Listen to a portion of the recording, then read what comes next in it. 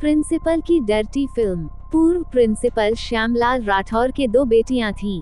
वंश चलाने के लिए वह बेटा चाहते थे, लेकिन पत्नी की मौत हो चुकी थी।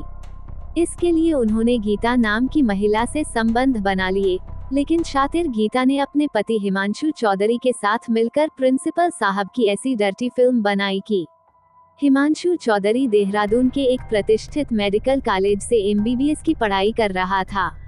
पढ़ाई के दौरान ही उसे विवाहिता गीता से प्यार हो गया। फिर बाद में पिछले साल 2024 के मई महीने में उसने उसके साथ मंदिर में लव मैरिज कर ली थी।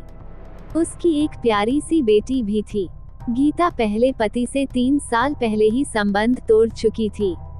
वह बेटी और हिमांशु के साथ देहरादून के किशननगर क्षेत्र के सिरमौर मार्ग पर रहने लगी थी। जल्द ही हिमांशु को ये भी जानकारी मिल गई कि गीता के किसी और से भी अवैध संबंध हैं। इसका उसने विरोध जताने के बजाय अपने फायदे के लिए इस्तेमाल करने की योजना बना ली।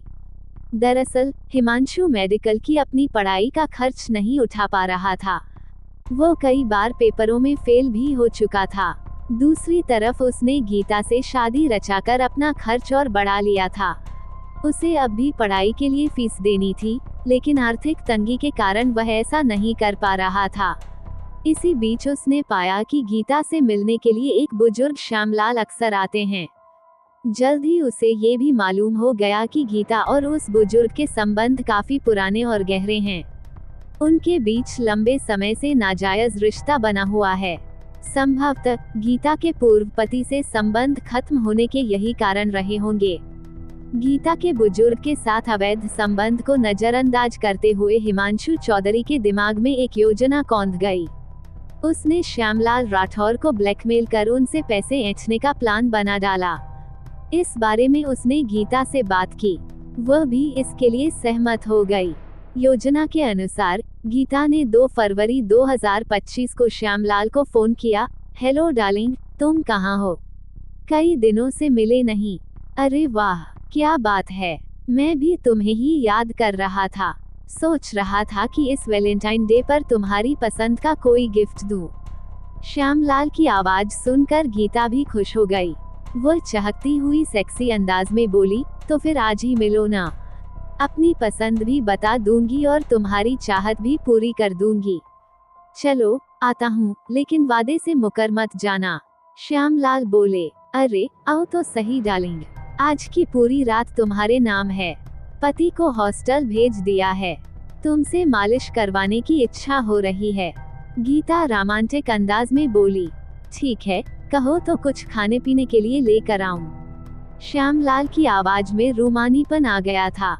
जो तुम्हारा दिल करे। तुम्हें तो मेरी पसंद का ब्रांड मालूम है, बाकी नॉनवेज यहीं पका लूंगी।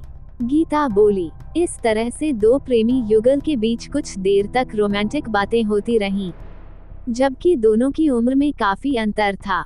गीता एक खिली हुई गुलाब थी, जबकि श्यामलाल उम्र की ढलान पर दिमाग में यौवन का जोश भरे हुए थी। उन्होंने पाया कि काफी समय बाद गीता ने फोन पर ऐसी सेक्सी बातें की थीं, इसलिए उनके दिमाग में मधुर घंटियां बज उठी थीं। देह में सिहरन पैदा हो गई थी। दैहिक मिलन का खुला निमंत्रण जो मिल चुका था। गीता ने अपने 12 साल पुराने आशिक श्यामलाल राठौर को सिरमौर मार्ग स्थित अपने घर बुलाया। वह एक रिटायर प्रिंसिपल थे। इलाके में लोग उन्हें गुरुजी कहकर बुलाते थे। वहां पहले से ही हिमांशु चौधरी मौजूद था। उनकी योजना थी कि गीता और श्यामलाल की अश्लील वीडियो हिमांशु रिकॉर्ड कर लेगा, फिर उस वीडियो द्वारा उन्हें ब्लैकमेल कर मोटी रकम ऐंठ लेंगे। गीता और श्यामलाल जैसे ही एक साथ आए, हमबिस्तर होते ही किसी तरह श्यामलाल को एहसास हो गया कि कोई कमरे में छिपा हुआ है। खुद के पकड़े जाने की आशंका को भांपकर वह चिल्लाने लगे। तभी गीता और कमरे में छिपे हिमांशु चौधरी ने श्यामलाल का मुंह दबा दिया। दोनों ने हाथ पांव पकड़कर श्यामलाल को किसी तरह काबू में किया। गीता और हिमांशु भीतर से घबरा गए कि कहीं श्यामलाल उन दोनों के बारे में लोगों को बता न दे, इसलिए उन्होंने गला दबाकर उनकी हत्या कर दी। इसके बाद शव को वहीं बेड के नीचे डालकर छिपा दिया। हिमांशु चौधरी MBBS की 4th वर्ष की पढ़ाई कर रहा था। उसने गीता से कहा था कि वो काफी समय तक सर्जरी विभाग में रहा है। ऐसे में उसे पता है कि यदि 24 घंटे बाद शव को काटा जाए तो खून नहीं निकलेगा। लिहाजा दोनों ने इंतजार किया और शव को अगले दिन काटने की योजना बनाई। इस तरह से 3 फरवरी 2025 की रात को हिमांशु ने रसोई घर के चाकू से ही शव को जोड़ के हिस्सों से काट डाला। पहले शव के कंधों से हाथ काटे गए, इसके बाद दोनों पैर अलग किए गए, बाद में सिर को काटकर प्लास्टिक के बोरे में बांध दिया। आगे की योजना के तहत गीता हिमांशु को शव ठिकाने लगाने के लिए कह चुकी थी। दूसरी तरफ श्यामलाल की बेटी निधि राठौर 5 दिनों से परेशान हो रही थी। उसे रात को नींद नहीं आ रही थी। अपने पापा के अचानक लापता होने से निधि बेहद चिंता में थी। वह 7 फरवरी 2025 को देर तक सोई हुई थी। सुबह के 9 बज चुके थे। बिस्तर से उठी थी। उस वक्त उसके सिर में दर्द हो रहा था। वह उस समय चाय बना कर पीने के मूड में थी, लेकिन मूड खराब था। उसके मन में बार बार एक ही विचार आ रहा था कि अब क्या करे, पापा को कहाँ ढूंढे। देहरादून के पटेल नगर की रहने वाली निधि राठौर के पापा पूर्व प्रिंसिपल श्यामलाल उर्फ गुरुजी को लापता हुए 5 दिन गुजर चुके थे। उन्हें ढूंढने के लिए निधि समेत उनके कई रिश्तेदार लगे हुए थे, मगर उनके बारे में किसी को भी कुछ पता नहीं चल पाया था कि वे आखिर गए तो कहाँ गए। अंत में निधि राठौर ने अपने रिश्तेदारों के साथ मिलकर उनकी गुमशुदगी देहरादून की पटेल नगर कोतवाली में दर्ज करा दी। कोतवाली पटेल नगर के एसएचओ प्रदीप सिंह राणा ने तत्काल बुजुर्ग श्यामलाल की गुमशुदगी दर्ज कर उनकी तलाश करने के निर्देश जारी कर दिए थे। बेटी निधि ने रिपोर्ट में लिखवाया कि उसके पापा श्यामलाल 2 फरवरी को किसी काम की बात बोलकर घर से अपनी स्प्लेंडर बाइक से निकले थे। पुलिस ने मामले में जांच शुरू की। जांच की शुरुआत उनके फोन की अंतिम लोकेशन से शुरू की। यह लोकेशन सिरमौर मार्ग की निकली। उनके फोन में गीता नाम की महिला से कई बार बातचीत की जानकारी मिली, जो सिरमौर में रहती थी। श्यामलाल की गुमशुदगी की जांच का काम कोतवाली के एसएसआई योगेश दत्त के जिम्मे थी, जिन्होंने इस गुमशुदगी के बारे में सीओ अंकित कंडारी और एसपी सिटी प्रमोद कुमार से जांच का आदेश हासिल कर लिया था। फिर लापता श्यामलाल राठौर के बारे में जानकारी करने के लिए सीसीटीवी कैमरों की फुटेज चेक किए गए थे। सीसीटीवी फुटेज में श्यामलाल अपनी स्प्लेंडर बाइक UK07DT1685 से कृष्णा नगर चौक होते हुए सिरमौर रोड पर स्थित किशन नगर में स्थित एक मकान में जाते दिखाई दिए थे। पुलिस ने जब उस मकान के बारे में छानबीन की, तब पता चला कि वो मकान गीता नामक महिला का है। जांच टीम को सीसीटीवी फुटेज में श्यामलाल को गीता के घर से लौटने की एक भी तस्वीर नहीं मिली। पुलिस ने श्यामलाल के बारे में और अधिक जानकारी जुटाई। पता चला कि उनके 2 बेटियां हैं। उन्हें लोगों ने गीता से हमेशा मिलते जुलते देखा है। वह गीता के घर मिलने के लिए जाते रहते थे। गीता का मायका जिला सहारनपुर के कस्बा देवबंद में है। पुलिस ने जब गीता और हिमांशु के मोबाइल नंबरों की कॉल डिटेल्स निकलवाई तो उनके द्वारा 2 मोबाइल नंबरों पर बहुत देर तक बातें करना रिकॉर्ड हुआ था। वे मोबाइल नंबर जांच में गीता के भाई अजय और हिमांशु के बहनोई धनराज निवासी कैलाश कॉलोनी देवबंद के थे। पुलिस टीम ने इन दोनों से पूछताछ करने का फैसला लिया। एसएसपी अजय सिंह ने इस जांच के लिए कोतवाल प्रदीप सिंह राणा, एसएसआई योगेश दत्त, प्रभारी विनोद गोसाई, थानेदार विनोद राणा व कांस्टेबल आशीष शर्मा, विपिन व महिला कांस्टेबल मोनिका को भी इस टीम में शामिल कर लिया। इसके बाद पुलिस की टीम अजय और धनराज की तलाश के सिलसिले में देवबंद के लिए निकल गई। देवबंद पहुंचकर पुलिस टीम ने मुखबिर की सूचना पर अजय और धनराज को गिरफ्तार कर लिया। दोनों को पटेल नगर कोतवाली लाकर सख्ती से पूछताछ की गई। अजय कुमार ने पुलिस को बताया कि 2 फरवरी को उसके पास उसकी बहन गीता ने फोन कर बताया कि उन्होंने किसी की हत्या कर दी है। अब उसकी लाश ठिकाने लगाने में मदद चाहिए। ये सुनने के बाद उसने अपने जीता धनराज चावला को बुलाया। फिर दोनों गीता के घर पहुंच गए। वहां लाश के टुकड़े बोरे में बंद थे। उन्होंने वह बोरा उठाया और उसे 4 फरवरी को मिनी ट्रक से देवबंद लाया गया। देवबंद के गांव साखन की नहर में रात के अंधेरे में शव को फेंक दिया गया था।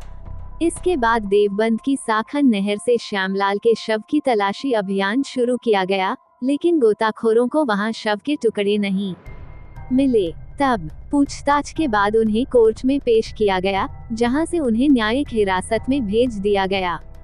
सहारनपुर पुलिस को 20 फरवरी 2025 को किसी इंसान की लाश के टुकड़े मिले।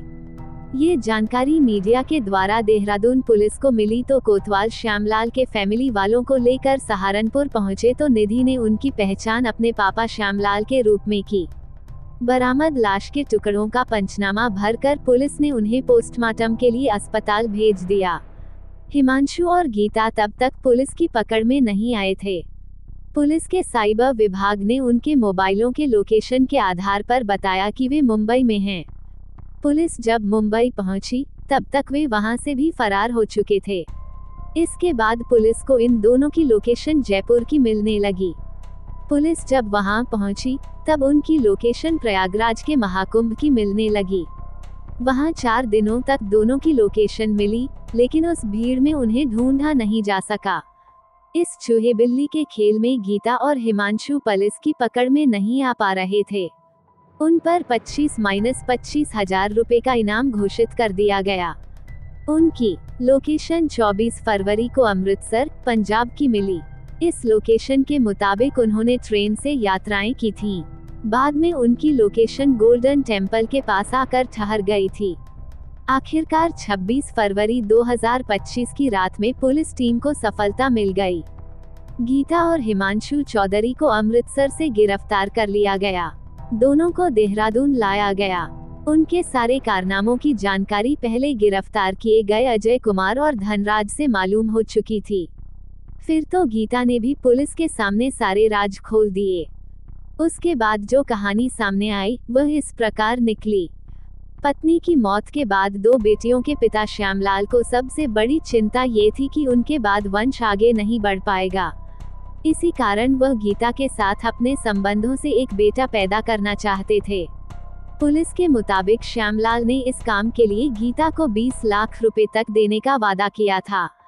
इस ऑफर के बाद ही गीता और हिमांशु ने अनुमान लगाया कि श्यामलाल के पास काफी रुपया है। गीता भी एकमुश्त रकम ऐंठकर श्यामलाल से पीछा छुड़ाने की फिराक में थी। ऐसे में गीता और हिमांशु ने श्यामलाल की अश्लील वीडियो बनाकर ब्लैकमेल करने और रुपए ऐंठने का प्लान बनाया था। गीता ने पूछताछ में पुलिस को बताया कि उसके श्यामलाल के साथ पिछले 12 सालों से अनैतिक संबंध थे। श्यामलाल उसे हर माह 50,000 से 1 लाख रुपए खर्चा दे रहे थे। बुजुर्ग श्यामलाल की एक संस्था थी, वहीं दोनों की मुलाकात हुई थी। श्यामलाल की पत्नी का लगभग 20 साल पहले निधन हो गया था। उनकी 2 बेटियों में से एक की शादी हो चुकी है, जबकि दूसरी अविवाहित थी। ऐसे में श्यामलाल अपने वंश को लेकर चिंतित रहते थे। 7 महीने पहले गीता की मुलाकात हिमांशु चौधरी से हुई, जो MBBS की पढ़ाई कर रहा था। वे दोनों करीब आ गए और शादी कर ली। इसके बाद श्यामलाल से गीता का मिलना जुलना कम हो गया, जिससे श्यामलाल परेशान हो गए, जबकि वह अक्सर गीता पर मिलने का दबाव डाल रहे थे। उन्होंने बेटा देने के बदले गीता को 20 लाख रुपए देने की पेशकश कर दी थी। यही एक वजह श्यामलाल की मौत का कारण भी बन गई। किंतु जब हत्या के बाद श्यामलाल के मोबाइल फोन से खाते की डिटेल खंगाली तो उनके बैंक खाते खाली मिले। इस हत्याकांड में पुलिस की जांच में यह बात भी सामने आई कि जरूरत पूरी करने की चाहत में ही श्यामलाल, गीता और हिमांशु एक दूसरे के करीब आए थे। श्यामलाल को बेटा पैदा करने की चाहत थी तो गीता श्यामलाल से रुपए ऐंठना चाहती थी। वहीं हिमांशु भी गीता के जरिए अपनी आर्थिक तंगी दूर करना चाहता था। गीता पहले ब्यूटी पार्लर चलाती थी, लेकिन एक बेटी की मां बनने के बाद उसने काम बंद कर दिया था। रुपए की जरूरत वह श्यामलाल से पूरी करती रही। वैसे गीता जानती थी कि रुपए की जरूरत तो श्यामलाल ही पूरी कर सकते थे। इस मामले की जांच के समय गीता 5 महीने की गर्भवती पाई गई। उसके गर्भ में पल रही संतान हिमांशु की है या श्यामलाल की, इस संबंध में पुलिस ने मेडिकल जांच कराने की तैयारी कर ली थी। पुलिस जांच में ये भी सामने आया है कि गीता अब तक श्यामलाल से करीब 10 लाख रुपए से अधिक धनराशि ले चुकी थी। मृतक के नाम पर दून में करोड़ों की जमीन भी है। श्यामलाल की हत्या के बाद जब रुपए भी नहीं मिले तो गीता और हिमांशु को अपने अपराध का बोध हुआ। इसी अपराध का पश्चाताप करने के लिए दोनों प्रयागराज गए थे। उन्होंने महाकुंभ में संगम में डुबकी लगाई। 4 दिनों तक साधु संतों की शरण में रहे, वहीं खाना खाया और रातें गुजारी। इस बीच दोनों दिल्ली पहुंचे और वहां से कुरुक्षेत्र होते हुए अमृतसर चले गए। उनके पास से तब तक बहुत सारे पैसे खर्च हो गए थे। रुपए न होने के चलते 200 रुपए में किराए का कमरा लेकर रहने लगे।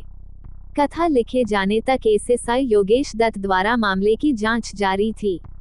योगेश दत्त द्वारा गीता व हिमांशु के खिलाफ सबूत एकत्र करके अदालत में चार्जशीट दाखिल कर दी गई।